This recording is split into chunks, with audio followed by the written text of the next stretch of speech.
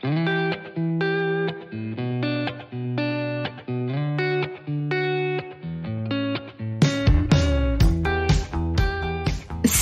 je suis Sandra et je te souhaite la bienvenue sur le podcast qui va te donner envie de réaliser tes projets et même tes rêves les plus fous. Notre mission, t'apporter de l'inspiration. J'échange avec des femmes qui ont osé s'écouter. Choix de vie audacieux, parcours atypique, projets fous, elles nous dévoilent tout sans filtre. L'idée, à travers chaque épisode, c'est d'adoucir tes peurs pour les remplacer par de l'audace et de l'enthousiasme. Du mouvement, du bruit, de la fumée, laisse-toi entraîner par les locomotives. Charlotte est mannequin et créatrice de contenu et ne collabore qu'avec des marques éco-responsables. Elle a monté une association pour sensibiliser les influenceurs à l'éco-responsabilité. Charlotte a été repérée à 16 ans alors qu'elle était serveuse dans une soirée. Elle pense débuter un job d'été en tant que mannequin, mais ça fait finalement 13 ans qu'elle fait ce métier. En parallèle, elle a aussi étudié le chinois, le droit et l'histoire de l'art. Charlotte nous raconte son quotidien de mannequin d'il y a quelques années, des dizaines et des dizaines de castings, être en compétition H24 avec d'autres filles, des journées entières de tournage, faire plusieurs pays en une semaine, et tout ça concilié avec ses études. Charlotte a fini par faire un burn-out, son corps l'a littéralement lâché, et pendant des mois, elle n'a pas réussi à sortir de chez elle et à retrouver une vie normale. À plusieurs reprises, Charlotte s'est demandé si elle ne devait pas arrêter le mannequinat, puisque ça va finalement à l'encontre de ses valeurs. Elle se considère comme éco-anxieuse au point d'en faire des crises de panique. Alors comment conserver son job de mannequin tout en allant dans la bonne direction ? La sensation de vivre dans un paradoxe, son métier et ses convictions lui semblent parfois antinomiques, mais elle a trouvé une solution. Décider d'être plus dans l'action et de mieux faire les choses, comme par exemple prendre le train plutôt que l'avion et boycotter la fast fashion. Charlotte s'est aussi donné pour mission de résoudre un problème. Les influenceurs ont peur de parler d'écologie car s'ils en parlent, ils sont énormément jugés et ils ne se sentent donc pas légitimes. Pourtant, ils ont une influence inestimable sur nous tous et finalement personne n'est parfait quand il s'agit d'écologie. Il est donc primordial de les sensibiliser à cette cause, de les aider à adopter un quotidien plus éco-responsable et de les inciter à parler d'écologie. Avec Aware Collective, Charlotte organise des voyages en train en France dans lesquels elle convie des influenceurs. L'idée, approfondir un sujet spécifique lié à l'écologie pendant 3 jours. Déjà 2 voyages d'organiser et c'est un succès puisqu'elle a réussi à rassembler des influenceurs très suivis comme Louise Aubéry de My Better Self ou encore Bastos. Je vous laisse découvrir cet échange passionnant avec Charlotte.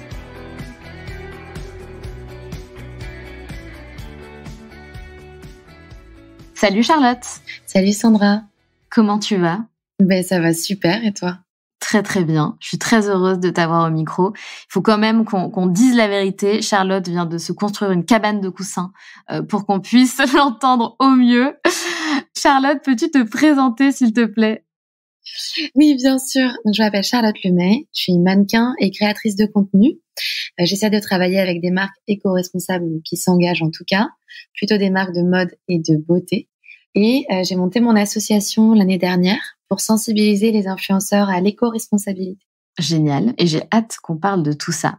Mais avant, comme je te le disais tout à l'heure, on va revenir un petit peu en arrière, on rembobine quelques années de ta vie et tu vas nous expliquer un petit peu pourquoi déjà tu t'es lancée dans le mannequinat. Je crois en plus que ça t'est tombé dessus un petit peu par hasard quand tu étais au lycée. Donc je te laisse prendre le point de départ de ton choix et nous raconter un petit peu ton parcours. D'accord, je vais partir du mannequinat du coup. En effet, quand j'étais au lycée, quand j'avais 16 ans, je servais dans une soirée pour un Beaujolais nouveau et une femme qui était présente m'a dit que je pouvais correspondre aux critères de mannequin et j'ai attendu de passer mon bac, donc à 17 ans. Et vraiment, le lendemain du bac, j'ai commencé le mannequinat en pensant que c'était un job d'été avec cette femme. Elle m'a présenté à une grosse agence avec laquelle je suis toujours aujourd'hui, avec laquelle je travaille toujours. Et l'été a duré finalement bientôt 13 ans. Donc voilà, j'avais aucune notion. Enfin, je pense comme beaucoup de personnes, on réalise pas trop à quoi ressemble ce métier.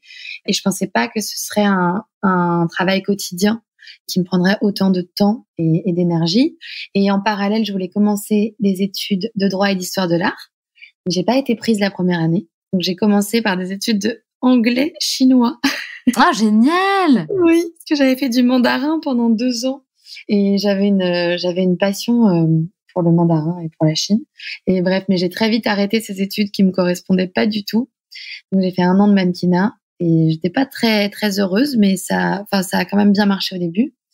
Et l'année d'après, j'ai obtenu les études dont je rêvais, droit et histoire de l'art. Donc j'ai fait 5 ans de bi-licence et double master à la Sorbonne, tout en étant mannequin à côté. Et à la fin de mes études, le mannequinat a commencé à vraiment bien marcher. Je voyageais beaucoup. Et donc, j'hésitais entre partir dans le métier vers le métier de commissaire-priseur notamment, ou continuer le mannequinat, parce que comme c'est un métier très éphémère, je me posais vraiment la question et comme ça marchait bien. Et donc, j'ai choisi le mannequinat à ce moment-là. Je me suis dit que j'allais en profiter quelques années. Et en fait, avec le temps qui passait, j'en apprenais de plus en plus sur l'écologie ou du moins l'éco-responsabilité. Je me rendais compte que tous les produits que j'utilisais dans ma salle de bain, je savais même pas ce que je mettais sur ma peau. Donc j'ai commencé à fabriquer mes cosmétiques moi-même notamment. J'ai créé un blog qui s'appelle Coco Cactus sur lequel je partageais toutes les marques que je découvrais qui étaient engagées, où je parlais d'artistes qui s'engagent aussi. Du coup, je gardais un lien avec mes études aussi. Et puis voilà, je me suis rendu compte que ça intéressait mes copines et au fur et à mesure du temps, c'était sympa, mais j'avais l'impression de pas aller assez loin. Je savais pas trop, je me sentais un petit peu en dissonance entre mon métier de mannequin et tout ce que j'apprenais du coup sur l'écologie et sur l'état du monde et sur mon mode de vie. Et à ce moment-là, j'ai fait pas mal d'angoisse en fait. Et je me suis posé la question à nouveau d'arrêter ou non le métier de mannequin. Et finalement, j'ai décidé de continuer, mais en essayant de mieux faire les choses parce que je prenais énormément l'avion. Et évidemment, je promeux des marques de mode et je donne envie finalement aux gens d'acheter. Ce qui finalement est assez contradictoire avec tout ce que je ressens, tout ce que j'apprends. Et voilà, donc à ce moment-là, j'ai décidé de prendre le train plutôt que l'avion. J'en ai parlé à mes agences, de boycotter la fast fashion. Et ça n'a pas été forcément facile. Et j'ai aussi décidé de faire grandir une audience pour pouvoir parler de ces sujets-là parce que je me suis rendu compte qu'il y avait assez peu de personnes qui en parlaient de manière pas culpabilisante et un peu cool, un peu sexy quoi. Parler d'écologie mais sans que ce soit punitif. Juste essayer d'amener les gens vers ça et se rendre compte que ça peut aussi être un switch positif dans nos vies et pas seulement des contraintes en fait. Alors évidemment, ça représente des contraintes dans le. Mais on va y revenir. Là, tu nous as tout résumé, t'as trop spoilé de trucs, Charlotte. Quand même, c'est dommage. C'est pas vrai. Bah oui. Pourtant. Mais on va revenir bien évidemment sur tout ce que tu prônes et ce en quoi tu crois aujourd'hui et ce pourquoi tu milites parce que c'est génial ce que tu fais. Donc on va évidemment en parler. Donc j'ai quand même envie de rebondir sur un truc que tu as dit, que tu étais fan de la Chine et que tu as appris le chinois, juste pour te dire que moi aussi, j'étais fan de la Chine, j'ai bossé sur le marché, je te jure, sur le marché asiatique, je suis allée plein de fois en Chine et j'ai appris un petit peu le chinois, donc par exemple, Woren Gaoxin Zhensheni. Je pense que je le prononce très mal, mais je suis sûre que tu as compris parce que c'est une phrase qu'on apprend en général au début. Ça veut dire c'était un plaisir de vous rencontrer pour ceux qui ne parlent pas chinois. Je pense qu'il y en a beaucoup du coup. Voilà, donc juste petit aparté. Et sinon, je voulais juste, donc par simple curiosité, revenir sur ces premières années-là. Donc tu commences le mannequinat. Pour toi, c'est complètement nouveau. Tu es toute jeune, tu as 16 ans. Donc première question, est-ce que tu avais déjà pensé à faire du mannequinat ou c'était vraiment le fruit d'un hasard et une opportunité que tu as saisie? Et deuxième question, quelle a été ta vie du coup pendant toutes ces années? Est-ce que tu as beaucoup voyagé? Est-ce que tu as aimé ce que tu faisais? Tu vois, en savoir un petit peu plus du coup sur le quotidien que tu as pu vivre pendant toutes ces années.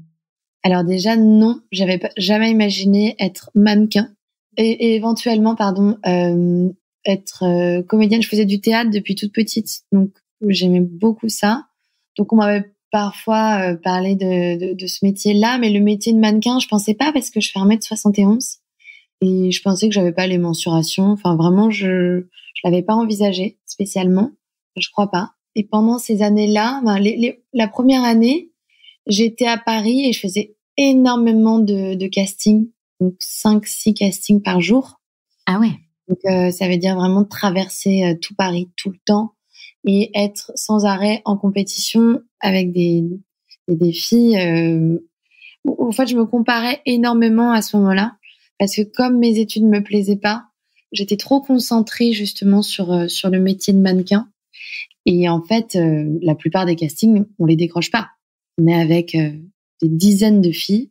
Et si on a à l'époque, si je décrochais un casting par semaine, j'étais très contente. Ce qui a beaucoup évolué par la suite. Et d'ailleurs, on fait beaucoup moins de castings aujourd'hui avec les réseaux sociaux, notamment.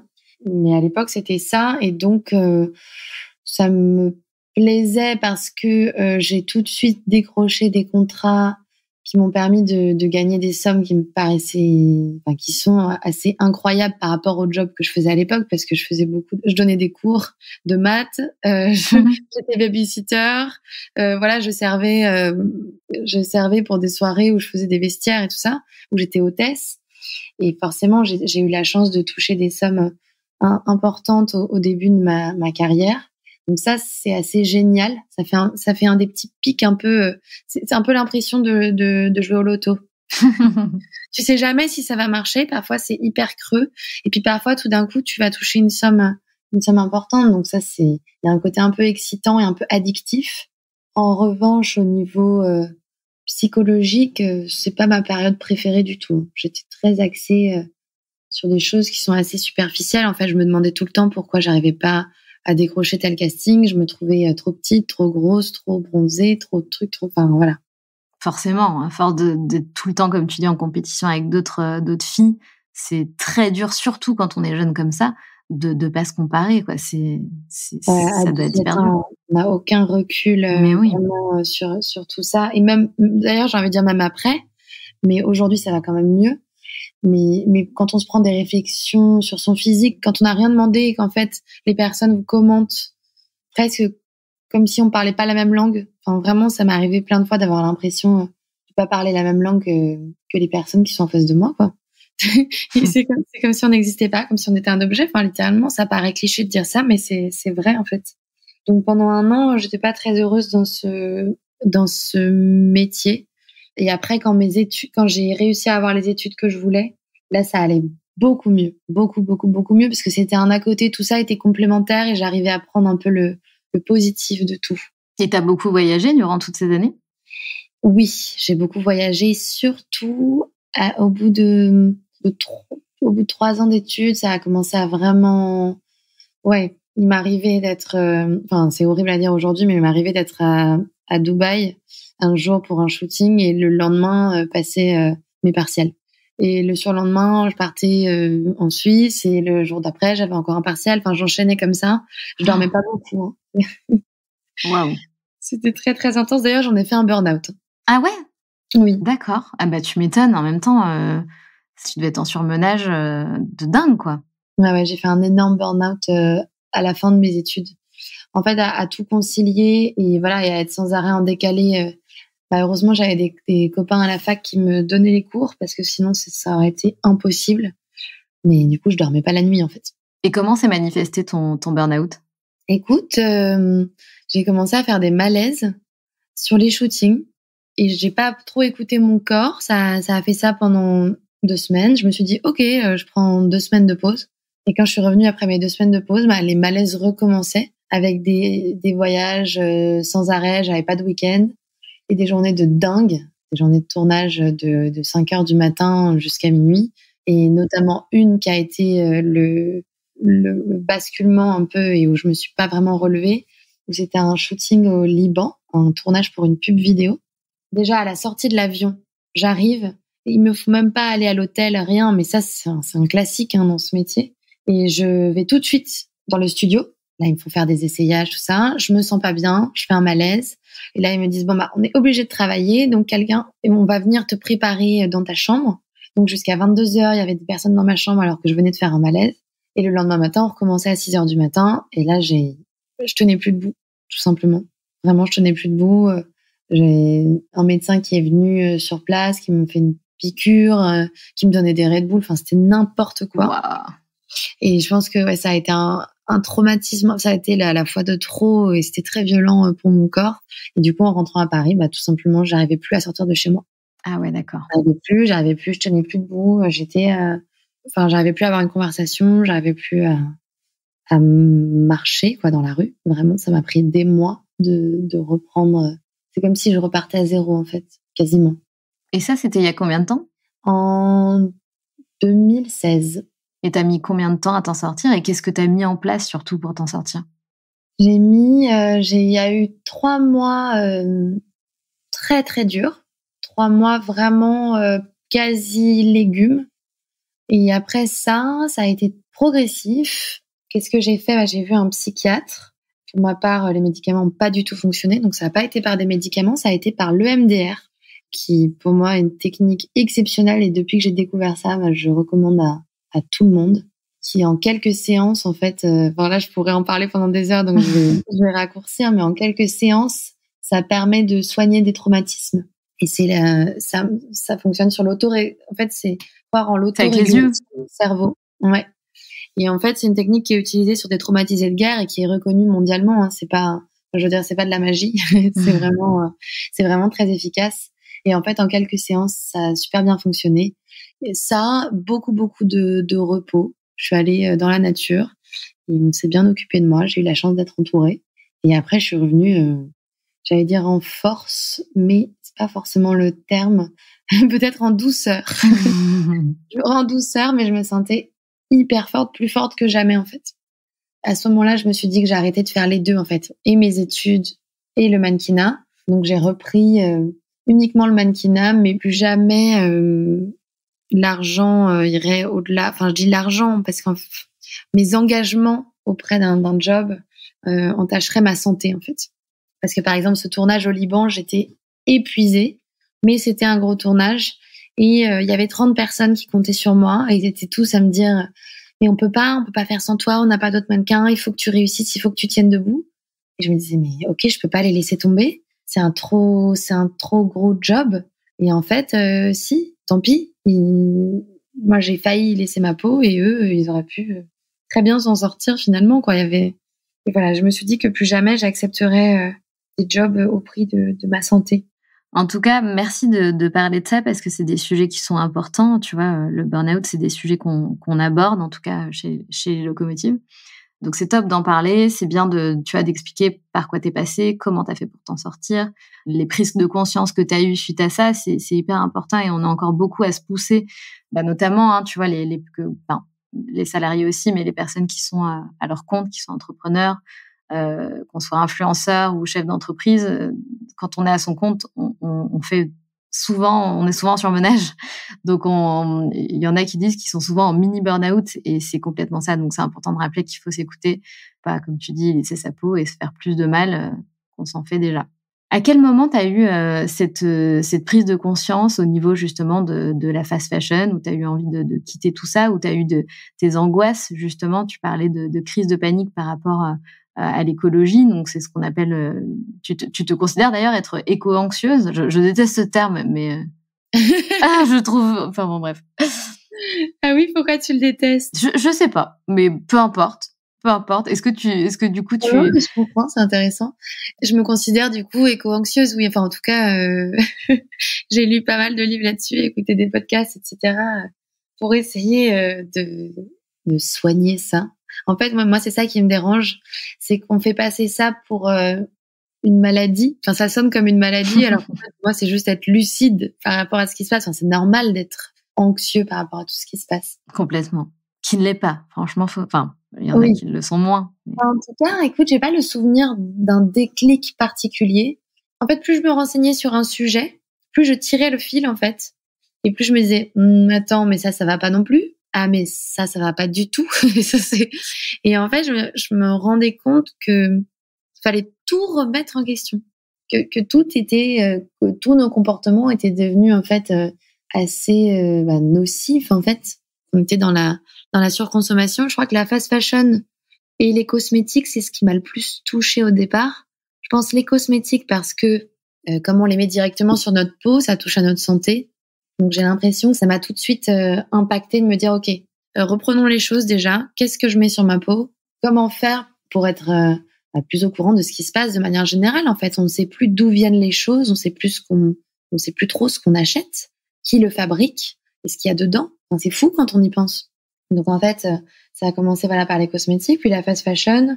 Je me suis rendu compte que tout simplement il fallait boycotter. À l'époque, quand j'allais beaucoup chez H&M, chez Zara, tu vois, ado, c'était mon kiff, quoi. J'allais me faire des petites sessions de shopping parce que je pouvais m'acheter plein de choses à très petit prix, mais en fait, je me suis rendu compte des conditions de travail, des matières utilisées, du parcours que faisait un vêtement, du nombre de dizaines de milliers de kilomètres que faisait un vêtement avant d'arriver à moi. Et voilà. Donc j'ai commencé par boycotter la fast fashion, et après, tout s'est fait un petit peu progressivement. Et puis tu disais aussi, j'ai vu sur l'une de tes vidéos, tu disais c'est surtout vivre dans un espèce de paradoxe, puisque comme tu le disais, tu es mannequin et du coup, on va dire, Ouais.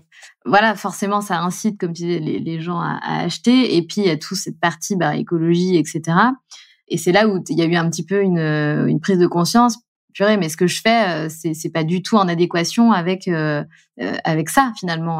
Ouais. C'est ça un petit peu la réflexion que tu as eue. Ah oui, complètement. En fait, j'étais très malheureuse pendant un moment et j'arrivais pas vraiment à comprendre pourquoi j'étais aussi malheureuse à ce moment-là. Et en fait, c'est là que j'ai eu comme des crises de panique en fait. Et petit à petit, je me suis rendu compte, c'est ça, que mon métier était complètement antinomique avec ses convictions. Et là, pour le coup, je sais pas combien de temps ça a duré, ces angoisses, mais je sais qu'à partir du moment où j'ai décidé d'être plus dans l'action, depuis, ça va mieux. Je dis pas que je suis heureuse par rapport à tout ce qui se passe aujourd'hui. Je suis toujours très angoissée. J'y pense plus autant, quoi. Là, j'avance, en fait.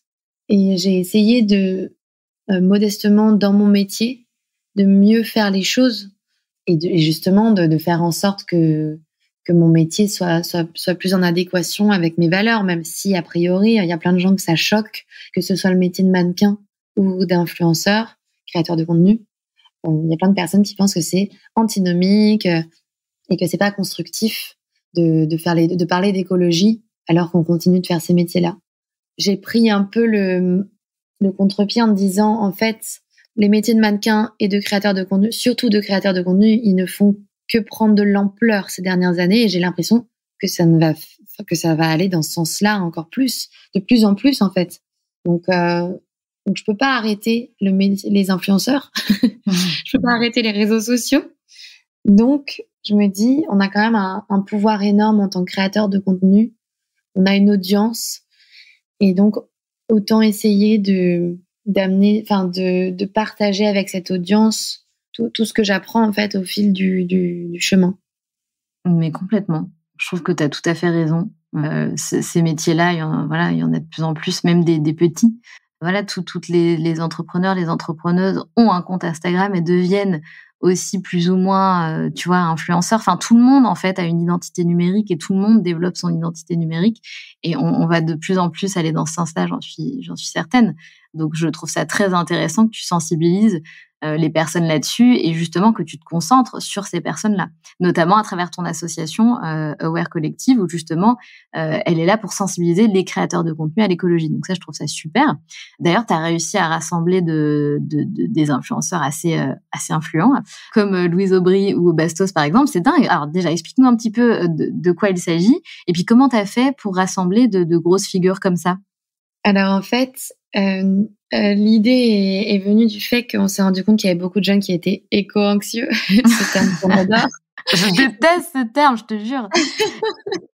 Mais en fait, l'idée, c'était justement d'aider ces jeunes, parce que quand on est éco-anxieux...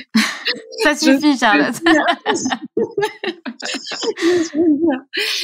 Quand on est éco-anxieux, parfois ce qui est paradoxal, c'est qu'on a envie de tout abandonner, c'est d'avoir une vie complètement du coup à l'inverse de nos convictions parce qu'on se dit mais ça sert à rien.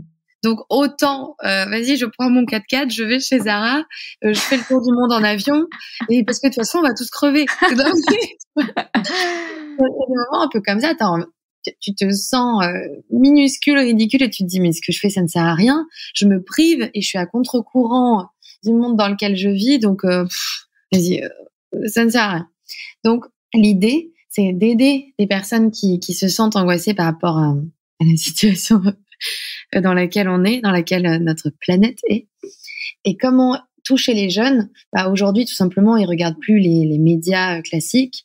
Ils regardent vraiment les réseaux sociaux. D'ailleurs, plus de 2/3 des jeunes s'informent exclusivement par les réseaux sociaux.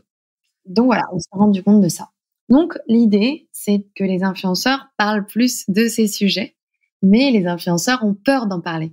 Ils ont peur d'en parler parce qu'ils ont peur de la critique. Je ne sais pas si tu connais le terme de pureté militante. Ah non. Mais Laurie Tillman en a parlé, on a fait un petit podcast notamment. Et en fait, c'est l'idée qu'il faudrait être parfait pour parler d'une cause, et notamment d'écologie. Et en fait, quand on parle d'écologie sur les réseaux sociaux, eh bien, on se fait détruire, analyser, mais analyser de A à Z pour savoir si tout notre comportement est en adéquation avec le sujet dont on parle. Or, Ah oui, d'accord. Personne n'est parfait. Personne n'est parfait dans l'écologie. Vraiment, tout simplement parce qu'il y aurait tellement de sujets à connaître que ce serait être extrêmement prétentieux que de croire être parfait sur tous les sujets. Voilà, à moins de vivre en autarcie dans la campagne et de faire pousser ses légumes. Et encore, vivre à la campagne, c'est pas forcément écologique. Bref, parce qu'on prend la voiture.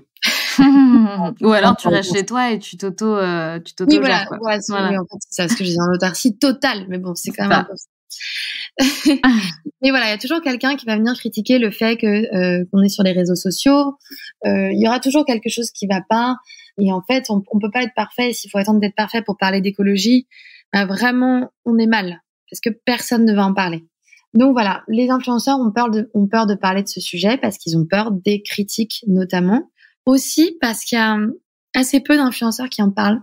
Donc ils se sentent un peu seuls dans le processus. Tu vois, si peut-être il y avait un mouvement et qu'il y en avait plusieurs en même temps, ils se sentiraient plus forts. Mais là, aujourd'hui, des influenceurs lifestyle, donc qui font du placement de produits, ce que je fais aussi, hein, c'est comme ça que je gagne ma vie aussi. Bien sûr, tout à fait.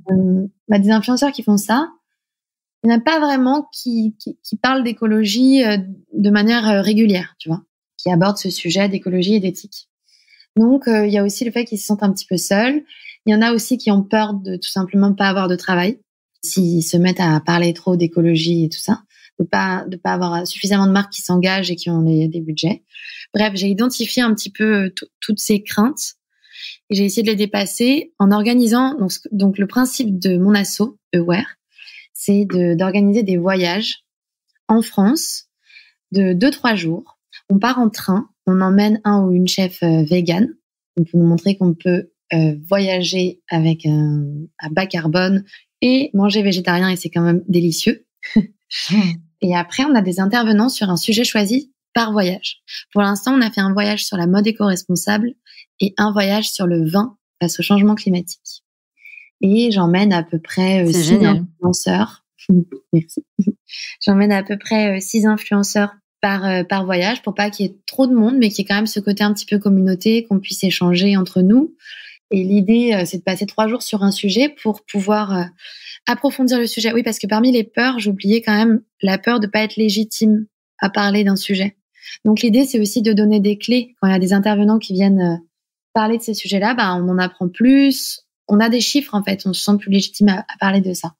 Et en fait, j'ai essayé d'inviter des influenceurs que je connaissais, que je savais un petit peu sensibles à la cause, mais qui n'en parlaient pas forcément.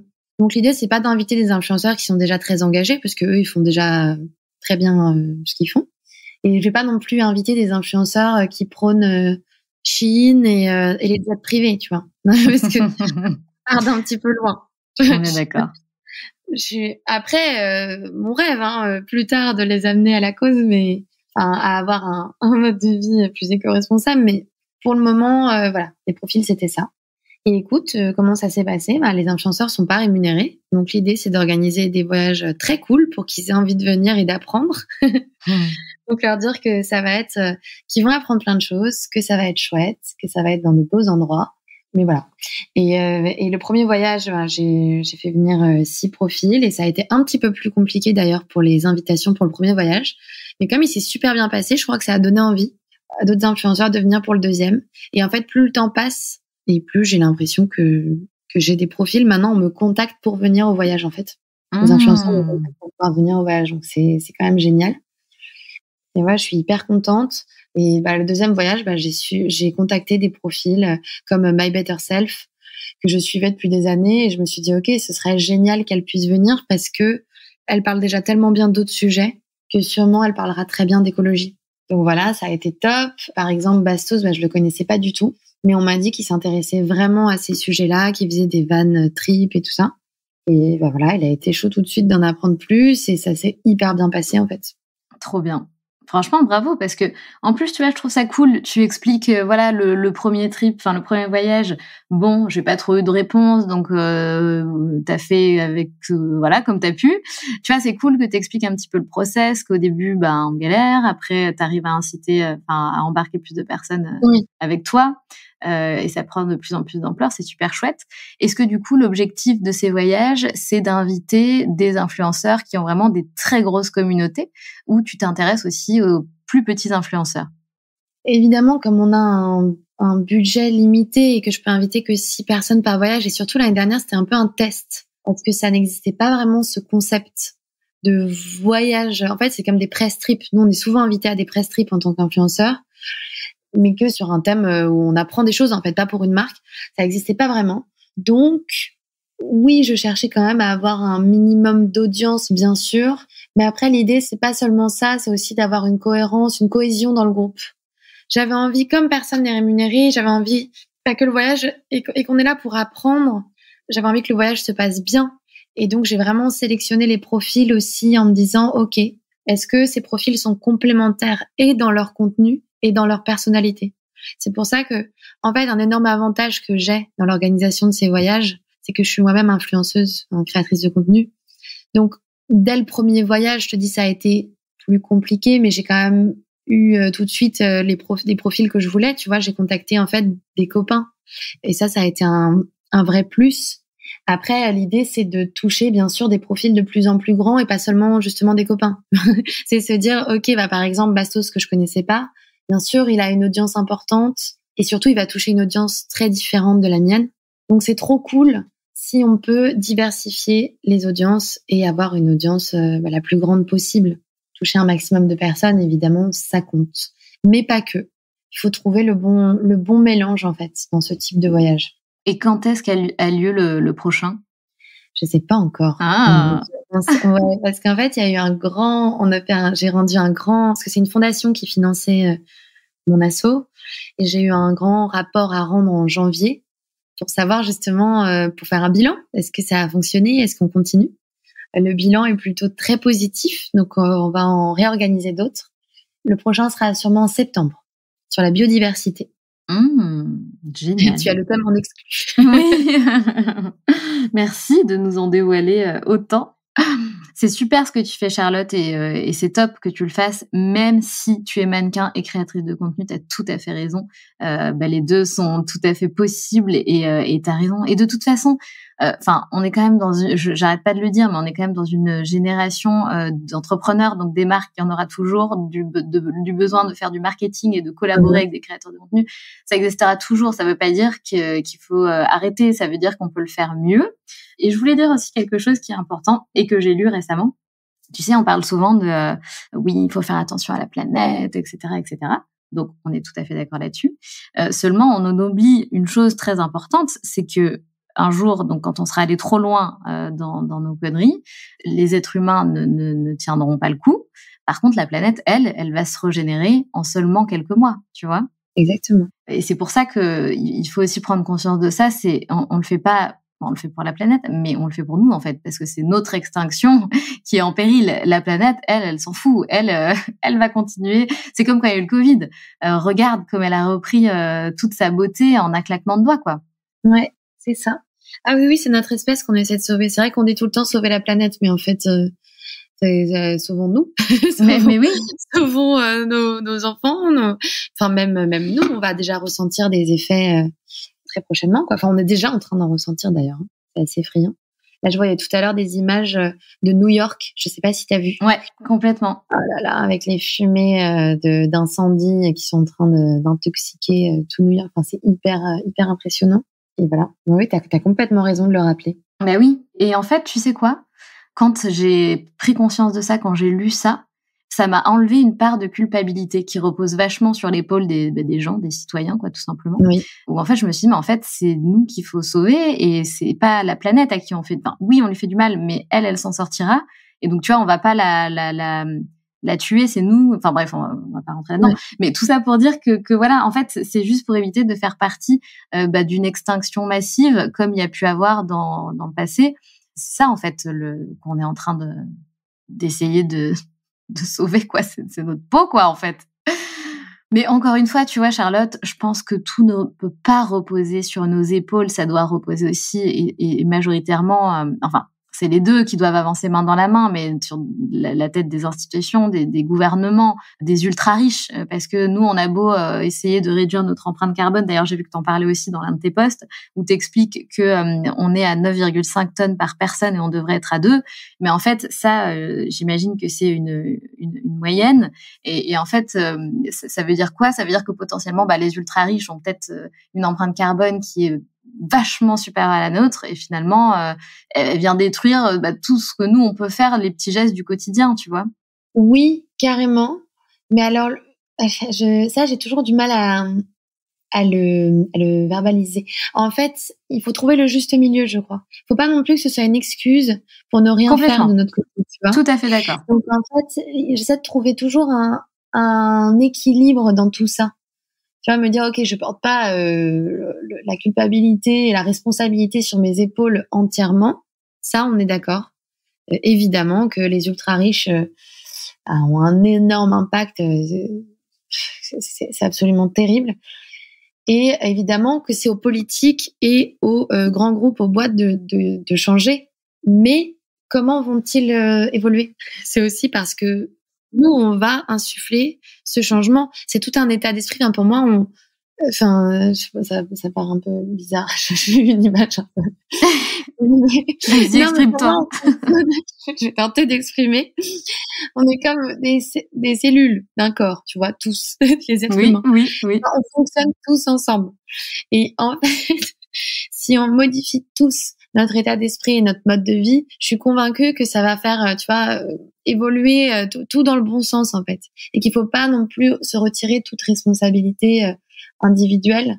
Et de toute façon, pour le coup, je suis convaincue que si on change à titre individuel de mode de vie et qu'on va vers un mode de vie juste plus raisonnable, plus conscient de l'impact qu'on a, je suis convaincue qu'on ira mieux, tout simplement.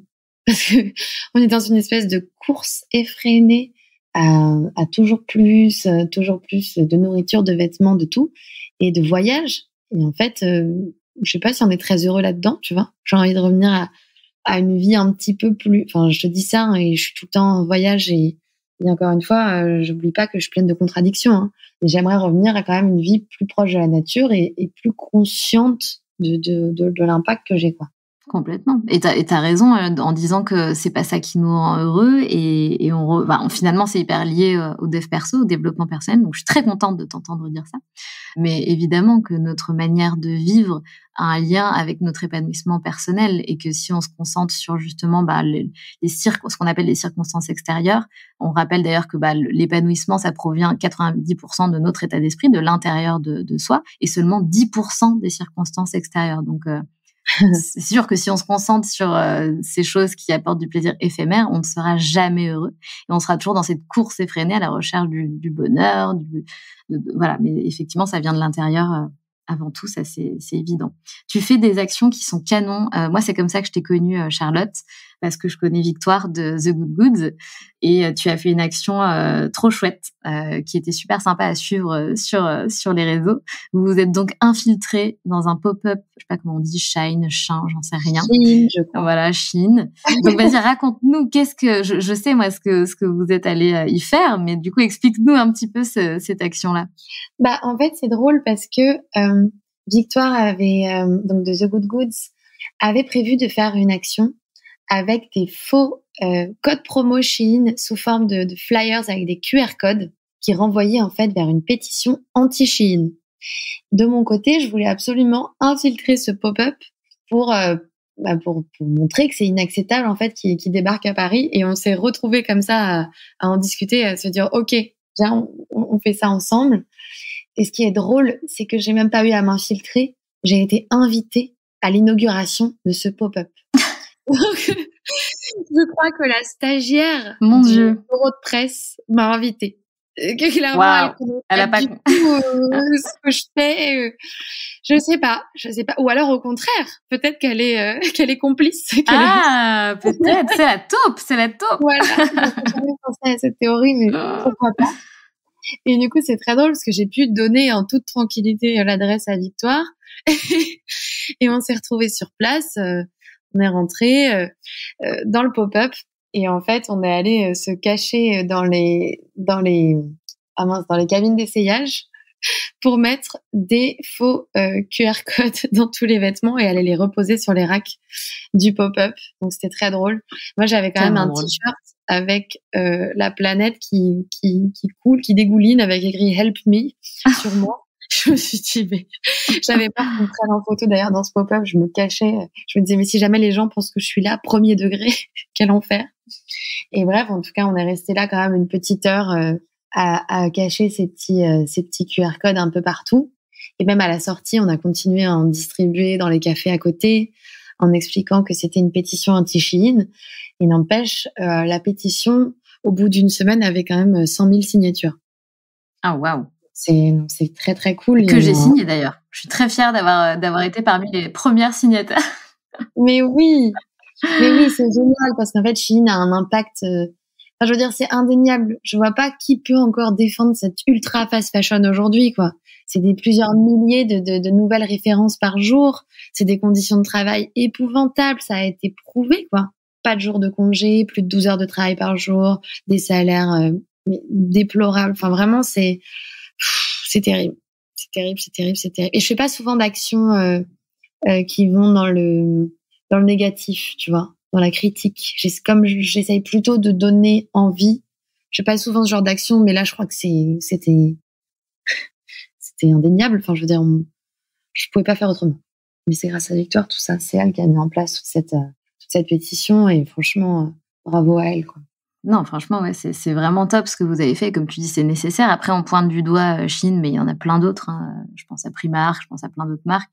C'est clair. Tu vois, c'est pareil. Et là où je trouve ça, c'est ballot, j'ai envie de dire, pour les influenceurs qui justement ont collaboré avec des marques sans réfléchir et sans penser à la question éthique derrière. Je pense qu'ils vont se retrouver un petit peu pointés du doigt, tu vois. C'est dur après d'avoir des collaborations qui semblent sincères quand pendant des années t'as vendu des trucs, c'est du dropshipping, tu vois, enfin, ou c'est du Shein, enfin. Je trouve que ça va être dur pour eux, du coup, de se réinventer, entre guillemets. C'est clair. Mais bon, j'espère quand même je suis désolée pour eux, mais j'espère quand même que ce temps va arriver bientôt, parce qu'on n'en est pas encore là. Hein. Il y a encore pas mal d'influenceurs qui promeuvent Shein en toute tranquillité. Hein. Et ça, c'est ouf. Mais tu vois, je me dis, est-ce que c'est pas... Bon, après, je suis pas dans leur vie, mais une question que je me suis posée, parce que je me dis, mais quand même, ils sont forcément au courant. Bon, alors, soit ils le sont pas, et bon, là, c'est vraiment grave. Mais du coup, je me dis, est-ce que finalement, ils sont arrivés dans un monde où ils dépensent tellement d'argent qu'ils ont besoin d'argent? Tu vois, ils se retrouvent à être dans le besoin et à devoir collaborer avec ces marques parce que leur quotidien leur demande trop de dépenses, quoi. J'adorerais leur poser la question. Pour le coup, j'en connais pas, tu vois, qui promeuvent Shein. Alors peut-être que j'en connais quelques-uns qui vont parler éventuellement de Zara, qui est devenu presque mignon à côté. Ah oui. C'est épouvantable aussi, hein. Je boycotte aussi. Mais tu vois, Shein, moi j'adorerais les interviewer, quoi. Vraiment leur poser la question de pourquoi continuer à faire ce choix, qu'est-ce qui les motive. Je sais pas, c'est tellement éloigné, ça me paraît fou. C'est donc à faire. Non mais absolument à faire. Avec Mais oui, et tu sais quoi, il me semble que j'ai vu une interview d'une nana, comment elle s'appelle? Bref, une des filles qui faisait de la télé-réalité aussi, et elle le dit, elle l'exprime, assez honnête d'ailleurs, la nana, j'ai trouvé ça plutôt bien en fait qu'elle soit honnête, et elle dit mais en fait moi j'ai besoin de bouffer, quoi. Donc et c'est pour ça que je dis que tu te retrouves dans un espèce de cercle vicieux finalement. Oui. Ouais, bon.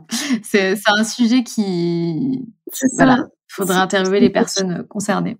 Oui, c'est clair.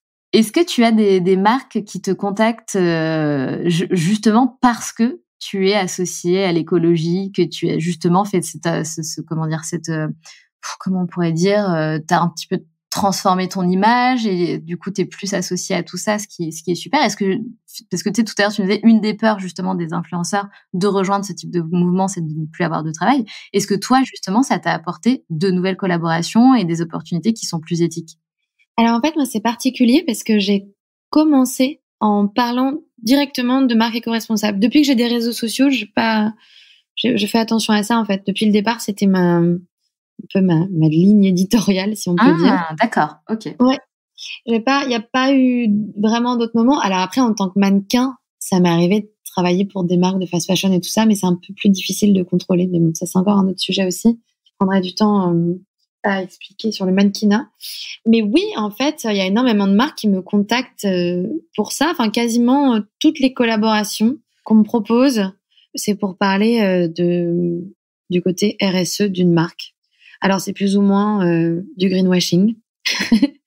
Suivant les marques, et parfois c'est top. Et parfois, j'ai besoin d'aller vérifier les informations et c'est très compliqué de m'y retrouver, quoi. Mais oui, on me contacte très souvent pour ça. Et c'est pour ça, ça devrait pas être la motivation première, mais on peut toujours avoir beaucoup de travail en parlant de marques engagées et en parlant d'écologie. Même, j'ai envie de dire au contraire aujourd'hui. Encore il y a quelques années, c'était peut-être un peu compliqué de trouver des marques engagées. Aujourd'hui, il y en a énormément. Et toutes les marques, tous les grands groupes veulent verdir leur image. D'ailleurs, même Shein, dans leur pop-up, c'était énorme. Il y avait quand même comme une poubelle, enfin un ramassage, une boîte de tri où ils disaient qu'ils récupéraient les vêtements et que économie circulaire, machin. Enfin, même Shein veut absolument verdir son image, tu vois. Donc aujourd'hui, bien sûr, il y a aucun problème à trouver du travail dans ce domaine-là, quoi, en tant qu'influenceur. Complètement. En tout cas, il y a pas mal de choses à faire. J'aimerais encore en discuter des heures.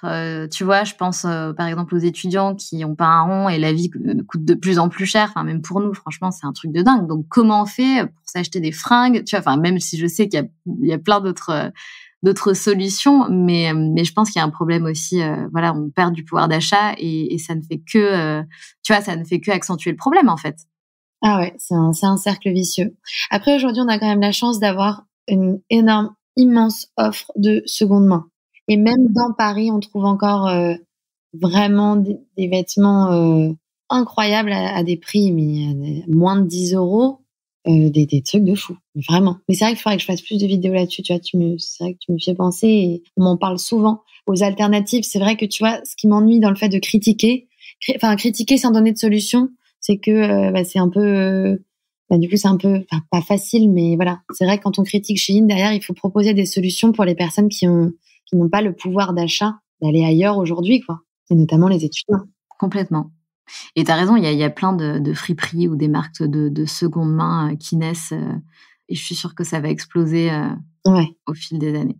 Est-ce que tu aimerais rajouter quelque chose, Charlotte? Je sais que tu fais partie d'autres associations comme No More Plastic. Est-ce qu'il y a d'autres choses dont tu aimerais parler avant que cet échange se termine? Alors, il y aurait énormément de choses à dire sur ces sujets-là, mais là, tout de suite, pas forcément. Après, ouais, No More Plastic, tout simplement, c'est une super asso avec laquelle je travaille depuis 2017 et qui montre tous les méfaits du plastique, le fait que qu'il ne fait que augmenter la production de plastique, ce qui paraît complètement fou. Et qu'en fait, parce qu'on sait aujourd'hui que c'est hyper nocif pour notre santé, c'est vraiment toxique et qu'il y en a de plus en plus dans les océans. Enfin, c'est un désastre écologique et pour la santé. Et voilà, donc c'est important de s'y intéresser. On en parle de plus en plus et c'est une bonne chose parce qu'il faudrait arrêter de produire le plastique. Mais encore une fois, ce qui nous empêche d'arrêter la production de plastique, c'est encore une fois une question d'argent. Donc le plastique coûte très peu cher et très pratique. Voilà. Donc, mais oui, bien il est sûr. temps de remettre en question tous nos modes de vie. Et voilà. Et aujourd'hui, on a énormément de moyens de s'engager pour ces sujets-là sans que ça prenne trop de temps ou trop d'argent, typiquement par le biais des pétitions. Tiens, avant de se quitter, je peux parler d'une app que je viens de découvrir qui est géniale, qui s'appelle Regroup. Et en fait, ils proposent une action par jour dans laquelle on peut s'engager assez facilement. Donc, ça va être, par exemple, signer une pétition. Et je trouve ça génial parce qu'on peut se sentir utile et on l'est d'ailleurs, à participer tous les jours, ou pas forcément tous les jours, mais à regarder ce qui se passe tous les jours sur cette application assez facilement, quoi. Complètement. Et j'aimerais rebondir sur un truc aussi, c'est que je pense aussi, Charlotte, tu me disais tout à l'heure, tiens, je note pour cette question des étudiants, parler de ces choses-là comme ça sur ton compte.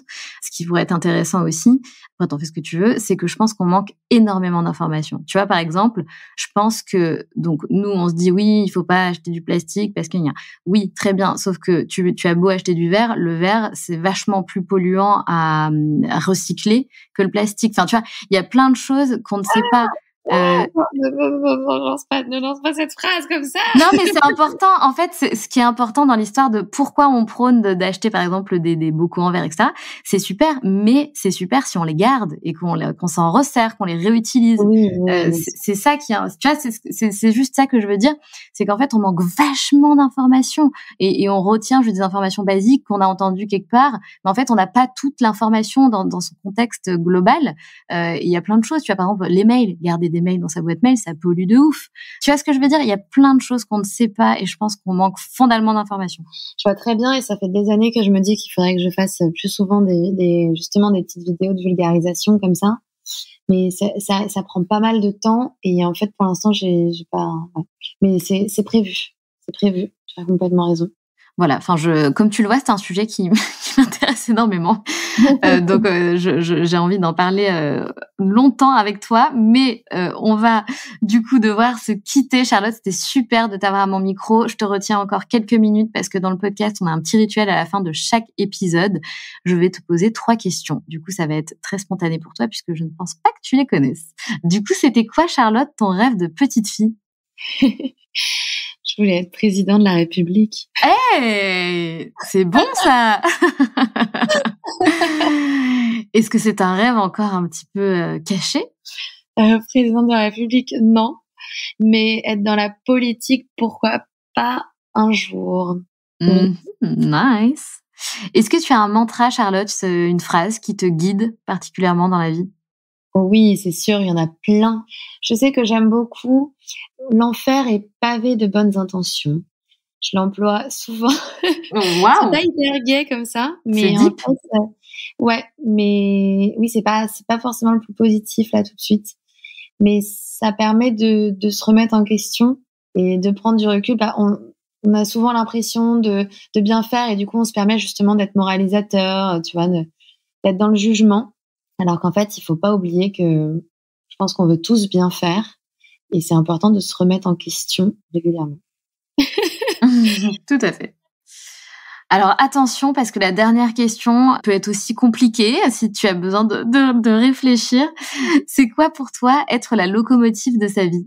Être la locomotive de sa vie, c'est réaliser qu'on n'est pas spectateur de sa vie et que personne d'autre que soi pourra faire les choses à notre place, en fait, enfin, à sa place. Ça paraît complètement bateau, mais le jour où j'ai compris ça, en fait, j'ai eu quelques années de surplace un peu, où j'avais l'impression que j'allais jamais réussir à dépasser notamment mes craintes. Et en fait, le jour où j'ai compris, mais ok, personne ne le fera à ma place, en fait, et le temps passe, donc faut y aller. Le jour où j'ai compris ça, typiquement, comme je t'expliquais avant d'enregistrer ce podcast, j'expliquais que ça fait que quelques mois que je prends la parole en public, que justement je fais des podcasts et tout ça, parce que ça me faisait extrêmement peur. Enfin, c'est au niveau d'une phobie, quoi. Ah la oui. prise de parole. Ouais, vraiment, ça me terrifiait. Et voilà, j'ai réussi à dépasser ça et petit à petit à le dépasser en comprenant que qu'on n'a qu'une vie. Mais oui. Maintenant, en fait. Voilà. Donc c'est un peu bateau, mais j'espère que j'ai répondu à ta question. C'est une réponse parfaite, Charlotte. C'est validé. Charlotte, c'était super cool de t'avoir au micro des locomotives. Je te souhaite une belle continuation. Merci à toi aussi. Merci beaucoup. Salut Charlotte. Salut.